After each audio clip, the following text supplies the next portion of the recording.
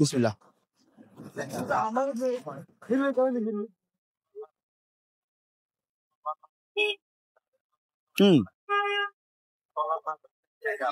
মাথা নষ্ট হবে কিনা জানি না, হালিমের স্বাদ ভালো।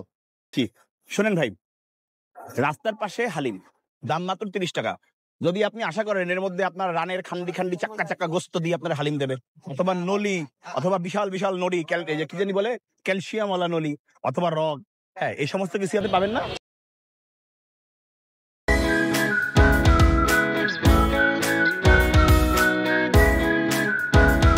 ফার্মগেট মেট্রো রেল স্টেশন থেকে যাইতেছি আর কি। হ্যাঁ, আপনার যে ইয়া দিয়ে কি বলে, ওই সংসদ ভবনের রাস্তা দিয়ে মেট্রো স্টেশন এই সামনেই হঠাৎ করে হাঁটতে হাঁটতে চোখে পড়লো কি একটা দোকান, সামনে লেখা হয়েছে মাথা নষ্ট হালিম।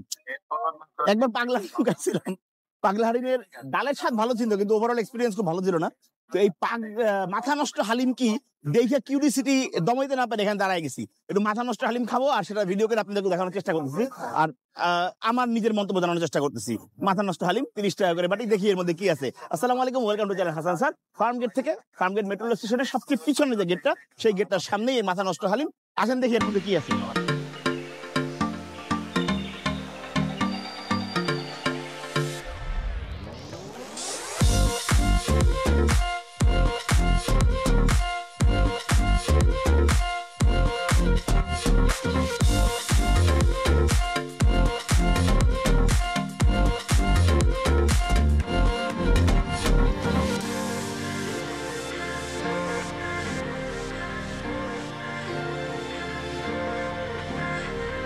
সালাম আলাইকুম ভাই। ভাই মাথা নষ্ট কেন ভাই?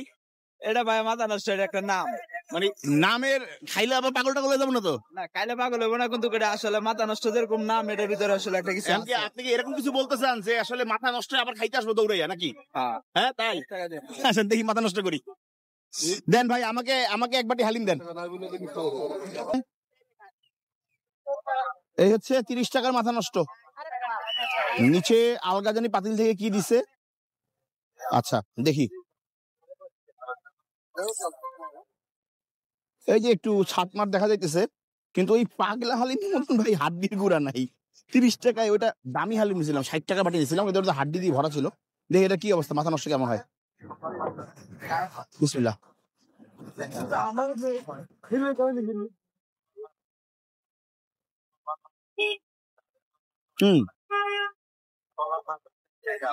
মাথা নষ্ট হবে কিনা জানি না, হালিমের স্বাদ ভালো।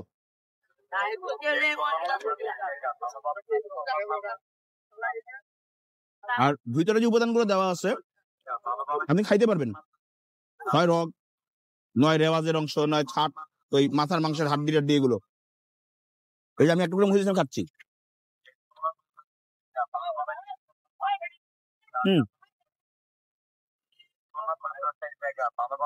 চর্বি জাল দেওয়ার আধিক্য আছে, হাড্ডি জ্বালার একটা বিষয় আছে, সবকিছু মিলাই দিলে ডালটা মজা লাগতেছে। আমি যদি বলেন যে মাথা নষ্ট হয়ে গেছে কিনা, ধরেন আমি যদি ফার্মগেট আসি আর দোকানটা পাই, তাহলে একটু হালিম মজা লাগছে, মজার একটা হালিম খাওয়া নিয়তে এখানে দাঁড়াবো। আমার কাছে এটা রেটিং এই পর্যন্ত, ঠিক আছে? বাদ বাকিটা আপনারা খাবেন, দেখবেন, কমেন্ট বক্সে জানাবেন কি অবস্থা। ওকে। পাগলা হালিম খাইয়া তার পাশে গরিবের চায়ের দোকানে, উনি বলছেন, আমি বলি নাই ভাই।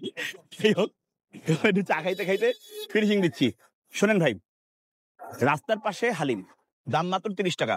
যদি আপনি আশা করেন এর মধ্যে আপনার রানের খান্ডি খান্ডি চাক্কা চাক্কা গোস্ত দিয়ে আপনার হালিম দেবে, অথবা নলি, অথবা বিশাল বিশাল নড়ি, কি জানি বলে, ক্যালসিয়াম ওয়ালা নলি, অথবা রগ, হ্যাঁ এই সমস্ত কিছু আপনি পাবেন না। ছাড় দিয়ে করে একটা হালিম, কিন্তু হালিমের টেস্টটা খুবই মজা।